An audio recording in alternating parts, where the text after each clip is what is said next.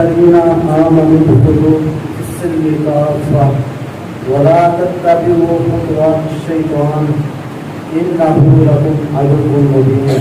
صدق الله العظيم وصدق رسوله النبي الكريم الرؤوف الرحيم. قال الله تعالى وتبارك في شأن حبيبه مخبرا وعاملا إن الله وملائكته يصلون على النبي يا أيها الذين آمنوا صلوا عليه وسلموا تسليما. تمام لوگ باواز بلند پڑھیے گا. الصلاۃ والسلام علیک یا سیدی یا رسول اللہ. الصلاۃ والسلام علیک یا سیدی یا محبوب اللہ وعلی آلک واصحابک یا سیدی یا محمد رسول اللہ. تمام حمد و ثنا تعریف و توصیف اللہ جل مجدہ الکریم کی ذات بابرکات کے لیے جو خالق کائنات کی ہے اور مال کی ارض و سماوات کی. اللہ جل وعلا کی حمد و ثنا کے بعد حضور نبی اکرم شفیع امم رسول محتشم اللہ کے پیارے احمد مجتبیٰ اقبال حضرت محمد مصطفیٰ صلی اللہ علیہ وآلہ وسلم کی عقیدت میں درود اسلام پیش کرنے کے بعد تمام سامعین السلام علیکم ورحمۃ اللہ وبرکاتہ. میں نے قرآن مجید میں سے ایک آیت تلاوت کی ہے جس کے بارے میں گفتگو فرما کر میں اجازت چاہوں گا.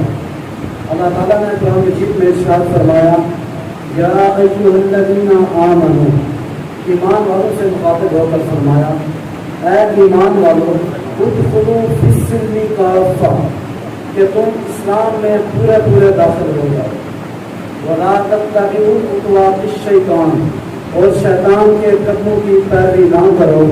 انہ لکم عدو مبین، بے شک وہ تمہارا کھلا دشمن ہے. اب ایمان والوں کو اسلام میں داخل ہونے کا حکم دیا جا رہا ہے تو یہ بظاہر حصول حاصل دکھائی دے رہا ہے. حصول حاصل کیا ہوتا ہے؟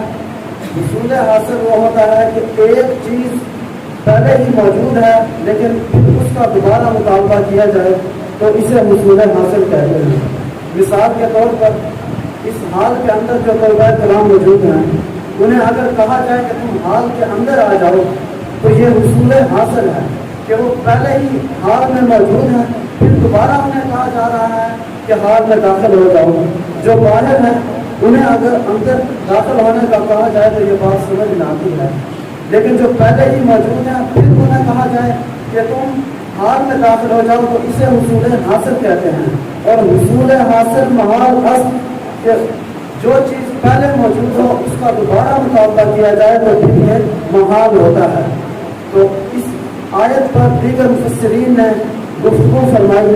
امام راضی اور اس طرح کے دیگر مفسرین نے اس پر گفتگو فرمائی اور 4-5 اقوال نقل فرمائے. ان میں سے ایک قول یہ ہے کہ اہل تورات، اہل زبور اور اہل انجیل مراد ہیں کہ اے تورات، زبور اور انجیل پر ایمان رکھنے والوں، اب مصطفیٰ کریم قرآن کو لے کر تشریف لا چکے ہیں، اب تم اسلام میں داخل ہو جاؤ. اور دوسری طرف اگر ہم اس آیت کا پس منظر دیکھیں تو کچھ منظر اس طرح ہے کہ جب حضور پاک صلی اللہ علیہ وسلم مدینہ منورہ میں تشریف فرما تھے اور یہودیوں کی کثرت تھی وہاں پر اور ان میں یہودیوں کے بڑے بڑے علماء بھی موجود تھے. عبداللہ ابن سلام جو یہودیوں کا سربراہ تھا اور بہت بڑا عالم بھی تھا. تو یہودیوں نے ایک میٹنگ کی اور کہا کہ رسول پاک صلی اللہ علیہ وسلم سے ہم مناظرہ کرتے ہیں، طرح طرح کے سوالات کریں گے، اگر انہوں نے جواب دے دیے تو ہم اسلام قبول کر لیں گے، ورنہ ہم یہ بات کہہ کر رد کر دیں گے کہ وہ ہمارے سوالوں کا جواب نہیں دے سکے. تو ہزاروں سوالات انہوں نے اپنے ذہن میں بنا لیے اور حضور پاک صلی اللہ علیہ وسلم سے سوال کرنے کی غرض سے چل پڑے. عبداللہ بن سلام ان کا سربراہ بن گیا. اب عبداللہ بن سلام سوالوں کا ایک بہت بڑا انبار لے کے حضور پاک صلی اللہ علیہ وسلم کی بارگاہ میں جب پہنچتا ہے تو حضور پاک صلی اللہ علیہ وسلم صحابہ کرام کو نصیحت فرما رہے تھے تو وہ ایک کونے میں جا کر بیٹھ گیا. جب حضور نے گفتگو ختم فرمائی تو عبداللہ سے پوچھا کہ اے عبداللہ کیا کرنے آئے ہو؟ اب عبداللہ بن اسلام حضور سے مناظرہ کرنے آیا تھا لیکن جب حضور کو دیکھا تو کہا حضور غلام بننے آیا ہوں. سارے سوال ذہن سے تتلیوں کی طرح غائب ہو گئے. جو اتنا بڑا انبار سواروں کا لے کر آیا تھا، حضور کو دیکھتے ہی تمام سوارات غائب ہو گئے اور کہا حضور آپ کا غلام بن کے آیا ہوں۔ تو اب حضور کا جب وہ غلام بن گیا تو جب یہودیوں کو پتہ چلا تو کافی تعداد میں یہودی بھی اسلام میں داخل ہو گئے، اور جب بہت سارے یہودی اسلام میں داخل ہوئے تو آپ جانتے ہیں کہ یہودیت کے اندر وہ اونٹ کا گوشت کھانا حرام ہوتا ہے، اور اسلام میں اونٹ کے گوشت کھانے پر کوئی سختی نہیں ہے، کسی کی طبیعت اجازت دیتی ہے تو کھا لے ورنہ نہ کھائے۔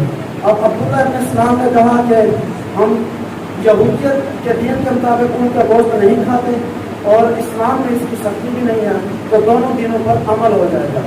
انہوں نے حضور پاک صلی اللہ علیہ وسلم سے فرما دیا تھا کہ یا رسول اللہ ہم 2 دنوں پر عمل کرنے کی طاقت رکھتے ہیں۔ تو اس وقت یہ آیت نازل ہوئی، فرمایا کہ یا ایھا الذین آمنوا ادخلوا فی السلم، ایمان والو تم اسلام میں پورے داخل ہو جاؤ۔